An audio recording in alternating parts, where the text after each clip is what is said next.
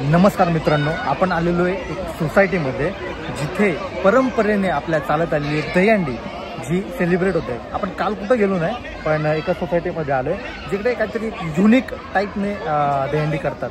सो कारण की मी काल गेलो ना, कारण गर्दीमुळे आपल्याला माहिती, मग इथं आलो, तुम्हाला सांगेल हळूहळू म्हणजे काहीतरी युनिक आहे, खूप आवाज आहे, त्याच्यामुळे आपण जास्त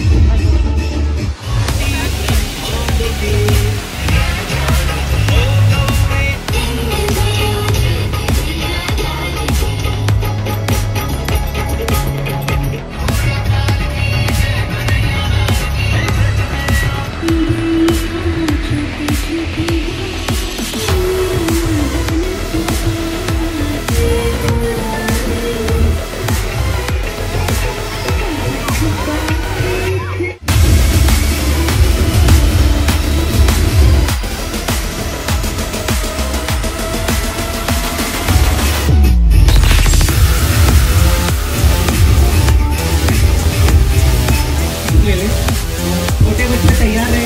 हम लोग कुछ देर में छोटे बच्चों का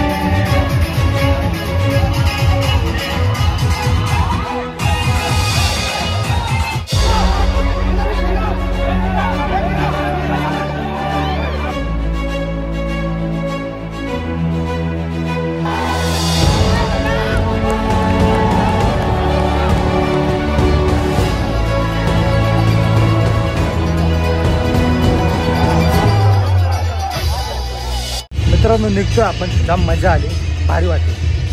साऊंड सिस्टममुळे काय जास्त शूट नाही करता आलं, तर दॅट्स फाईन। मजा आली मित्रांनो, जाम मजा आली. खूप बघण्यासारखं म्हणजे होतं, कारण की आपण भरपूर वर्ष झालं कुठे गेलो नाही दहीहंडी बघायला.